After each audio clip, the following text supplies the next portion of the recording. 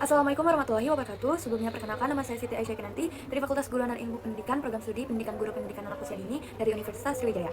Di video kali ini saya akan menjelaskan mengenai teori psikoanalisa, learning theories, dan humanistic theories, dan beberapa tokoh yang memiliki peranan terhadap perkembangan tiga teori tersebut.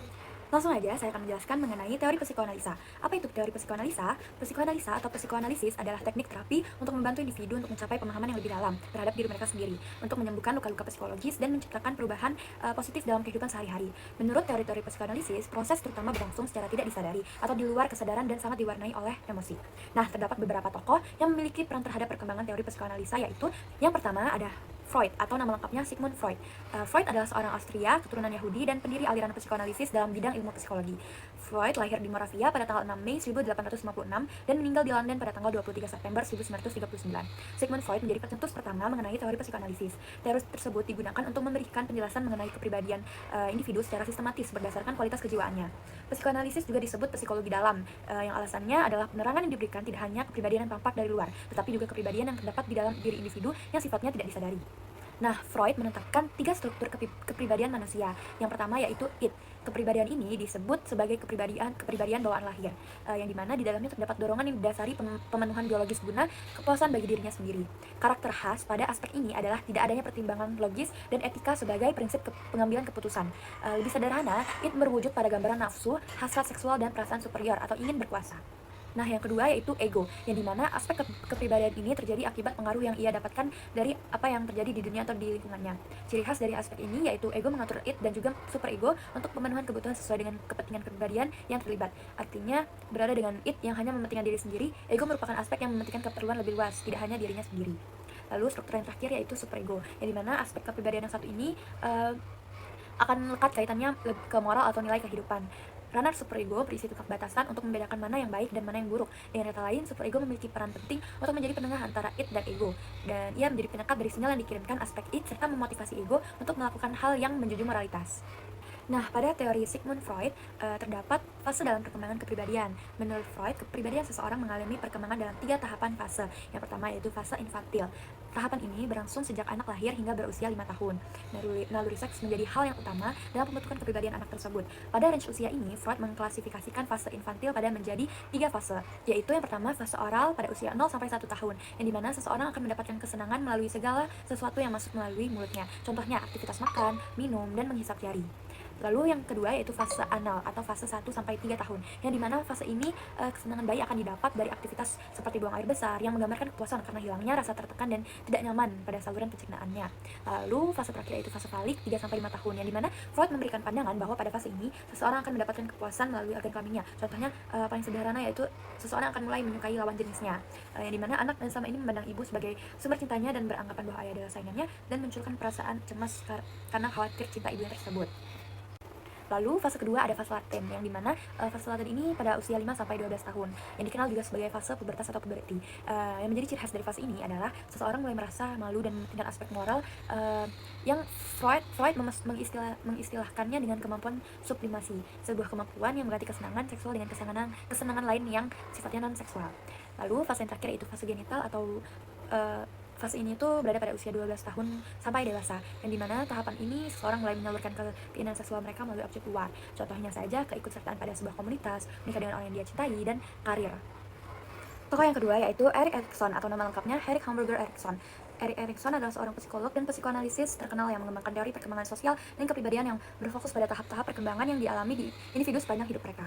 Nah, Erikson lahir di Frankfurt, Jerman pada tanggal 15 Juni 1902 dan meninggal di Harwich pada tanggal 12 Mei 1994. Teori perkembangan sosial pada Erikson terdiri dari 8 tahap, yang setiap tahapnya memiliki konflik psikososial khas yang harus diatasi oleh individu. Menurut teori psikososial Erikson, kepribadian meningkat ketika seseorang mengalami tahap psikososial selama hidup mereka. Perkembangan manusia dibedakan berdasarkan kualitas ego dalam tahap perkembangan 8 tersebut. 4 tahap pertama terjadi pada masa bayi dan kanak-kanak, dan 3 tahap terakhir pada masa dewasa dan usia tua. Nah, karena masa remaja merupakan peralihan dari masa kanak-kanak ke masa dewasa, Erikson lebih memperhatikannya sejak hari sebelumnya. Nah, baik, sini saya akan menjelaskan mengenai tahapan-tahapan perkembangan pada tahap teori Erikson, yang dimana saya akan menjelaskan mengenai beberapa tahapan yang berfokus ke masa kanak-kanak saja. Yaitu yang pertama ada tahap trust versus mistrust atau percaya versus tidak kepercayaan pada usia 0 sampai 18 bulan, dimana Hal pertama yang akan dipelajari seorang anak atau bayi baru lahir dari lingkungannya adalah mempercayai orang-orang di sekitarnya, terutama ibu atau pengasuhnya yang selalu bersama mereka setiap hari. Jika ibu atau pengasuh memenuhi kebutuhan dasar anak seperti makan, cinta, anak akan merasa aman dan dapat dipercaya. Namun, jika ibu atau pengasuh tidak dapat memenuhi persyaratan tersebut, anak mungkin menjadi tidak aman dan tidak dapat mempercayai orang, menjadi skeptis dan menghindari hubungan berbasis kepercayaan sepanjang hidupnya. Lalu tahapan yang kedua yaitu autonomy versus shame on doubt atau autonomi versus rasa malu dan ragu terjadi pada usia 1 sampai 3 tahun. Pada masa ini, kemampuan anak untuk melakukan tugas seperti makan, sendiri, berjalan, dan berkomunikasi sudah mulai berkembang, di mana keyakinan orang tua untuk membiarkan anaknya mengeksplorasi diri di bawah pengawasan dapat membantu membentuk mereka menjadi pribadi yang mandiri dan percaya diri. Lalu tahapan yang ketiga yaitu initiative atau versus growth atau inisiatif versus kesalahan pada usia 3 sampai 6 tahun, di mana anak-anak belajar bagaimana merencanakan dan melaksanakan kegiatan mereka. Tekad yang gagal saat ini akan membuat anak muda takut mengambil inisiatif atau membuat pilihan karena takut melakukan kesalahan, yang dimana anak-anak memiliki harga diri yang buruk dan tidak ingin memperoleh aspirasi orang dewasa. Jika anak berhasil melewati tahap ini, bakat ego yang dipelajari akan memiliki tujuan hidup. Nah, selanjutnya saya akan menjelaskan mengenai learning theories. Apa itu learning theories? Learning theories atau teori pembelajaran menjelaskan bagaimana siswa menerima, memproses, dan mempertahankan pengetahuan selama pembelajaran, pengaruh kognitif, emosional, dan lingkungan, serta pengalaman sebelumnya. Semuanya berperan dalam bagaimana pemahaman atau pandangan dunia diperoleh atau diubah, serta keterampilan dipertahankan. Terdapat beberapa tokoh yang memiliki peranan terhadap perkembangan learning theories, yaitu sebagai berikut. Tokoh yang pertama yaitu Skinner atau Burroughs Frederick Skinner. Skinner adalah seorang psikolog Amerika Serikat yang terkenal dari aliran behaviorisme. Skinner lahir di Amerika Serikat pada tanggal 20 Maret 1904 dan meninggal di Cambridge pada tanggal 18 Agustus 1990. Skinner mengembangkan teori belajar yang dikemukakan oleh Ivan Pavlov, yaitu teori pengondisian. Yang dimana teori tersebut mendefinisikan belajar sebagai suatu tanggapan dari rangsangan tertentu. Skinner memberikan definisi mengenai belajar sebagai proses adaptasi atau penyesuaian perilaku, yang dimana proses belajar menurutnya berlangsung secara progresif. Teori belajar yang dikemukakan Skinner termasuk jenis teori belajar behavioristik yang kemudian mempengaruhi teori belajar kognitif.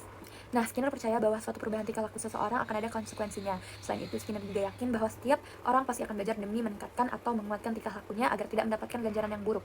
Pada teori pengkondisian operan, tingkah laku seseorang bisa dilakukan berulang kali atau bahkan bisa saja menghilang. Semua itu tergantung dari keinginan dari orang tersebut. Teori pengkondisian operan atau operant conditioning yang dikembangkan oleh Skinner didasari oleh dua hukum operan, yaitu law of operant conditioning dan law of operant expansion, yang dimana law of operant conditioning adalah adanya perubahan perilaku yang dibarengi dengan stimulus penguat, sehingga kekuatan perilaku itu akan meningkat. Sementara itu, law of operant expansion adalah adanya perubahan perilaku yang diperkuat dengan sebuah proses conditioning dan tidak dibarengi dengan stimulus penguat, maka bisa menurunkan kekuatan dari perilaku tersebut. Nah, selain itu, Skinner juga membagi penguatan ke dalam dua jenis, yaitu penguatan positif dan penguatan negatif, yang dimana penguatan positif berupa apresiasi, hadiah, penghargaan, perilaku baik, dan lain-lain yang positif. Sedangkan penguatan negatif berupa tidak adanya apresiasi terhadap tugas yang telah dikerjakan, lalu perilaku yang tidak menyenangkan. Lalu, tokoh yang kedua yaitu Albert Bandura, atau biasa dikenal dengan Bandura. Bandura seorang psikolog kognitif sosial yang berpengaruh, mungkin paling dikenal karena teori pembelajaran sosialnya. Bandura lahir di Kanada pada tanggal 4 Desember 1925 dan meninggal di Stanford pada tanggal 26 Juli 2021. Bandura memperkenalkan teorinya yaitu teori pembelajaran sosial, yang dimana Bandura mengusulkan bahwa pembelajaran terjadi melalui observasi, imitasi, dan pemodelan yang dipengaruhi oleh faktor-faktor seperti perhatian, motivasi, sikap, dan emosi. Teori ini menjelaskan interaksi elemen lingkungan dan kognitif yang mempengaruhi cara orang belajar. Teorinya menambahkan unsur sosial dan dengan menyatakan bahwa orang dapat mempelajari informasi dan perilaku baru dengan mengamati orang lain. Dikenal dengan pembelajaran observasional. Jenis pembelajaran ini dapat digunakan untuk menjelaskan berbagai macam perilaku, termasuk perilaku yang seringkali tidak dapat dijelaskan oleh teori pembelajaran lainnya. Nah, pada teori Albert Bandura ada 3 konsep inti dalam teori pembelajaran sosial, yaitu yang pertama, gagasan bahwa orang dapat belajar melalui pengamatan. Misalnya eksperimen Bandura dengan boneka Bobo, di mana anak-anak mengamati perilaku agresif terhadap boneka tersebut, kemudian meniru tindakan tersebut saat mereka diberikan kesempatan untuk bermain dengan boneka. Lalu yang kedua yaitu gagasan bahwa kondisi mental internal merupakan bagian penting dari proses ini. Misalnya seseorang harus memberikan perhatian pada model yang diamati untuk dapat menyerap informasi dengan baik. Selain itu, kemampuan untuk menyimpan informasi dalam memori atau retensi sangat penting agar individu dapat mereproduksi perilaku yang telah dipelajari. Lalu gagasan yang terakhir yaitu gagasan bahwa hanya karena sesuatu telah dipelajari bukan berarti hal itu akan mengakibatkan perubahan perilaku. Misalnya, meskipun seorang anak mengamati perilaku positif dari orang dewasa, mereka mungkin tidak meniru perilaku tersebut jika ada motivasi atau dukungan untuk melakukannya. Yang terakhir yaitu humanistic theories. Humanistic theories atau teori belajar humanistik adalah satu dari beberapa teori belajar yang sering digunakan oleh guru maupun pengajar lainnya. Secara garis besar, teori belajar humanistik adalah teori belajar yang bertujuan menghasilkan hal baik bagi kemanusiaan supaya bisa mencapai aktualisasi diri dan membuat orang mampu mengenali diri sendiri. Nah, terdapat beberapa tokoh yang memiliki peran terhadap perkembangan teori humanistik, yaitu yang pertama itu ada Charlotte Buhler atau Buhler. yaitu seorang psikolog asal Jerman yang merupakan pendiri psikologi humanistik. Charlotte lahir di Berlin pada tanggal 20 Desember 1893 dan meninggal pada tanggal 3 Februari 1974. Menurut teori Buhler, tujuan nyata dari manusia adalah pemenuhan yang dapat mereka capai dalam pencapaian atau prestasi dalam diri mereka dan dunia. Aktualisasi diri melalui pengalaman-pengalaman yang muncul dari kreativitas masing-masing, dan juga lebih menekankan peran aktif individu melalui inisiatif-inisiatif mereka sendiri untuk mencapai tujuan hidupnya. Nah, di sini terdapat tahapan perkembangan individu menurut Buhler yang terdapat beberapa fase dan perkembangannya. Nah, tokoh yang kedua yaitu Abraham Maslow, atau bisa disebut dengan Maslow, yaitu seorang psikolog yang berasal dari Amerika dan menjadi seorang pelopor aliran psikologi humanistik. Maslow lahir di Brooklyn pada tanggal 1 April 1908 dan meninggal di California pada tanggal 8 Juni 1970. Menurut teori Maslow, semua perilaku manusia dapat dijelaskan sebagai usaha atau motivasi untuk memenuhi segala kebutuhannya. Nah, di sini terdapat 5 kebutuhan hierarki, yang dimana dengan memenuhi setiap tingkatan kebutuhan ini, anak dapat tumbuh dengan sehat secara fisik dan emosional serta mengembangkan potensi mereka secara optimal.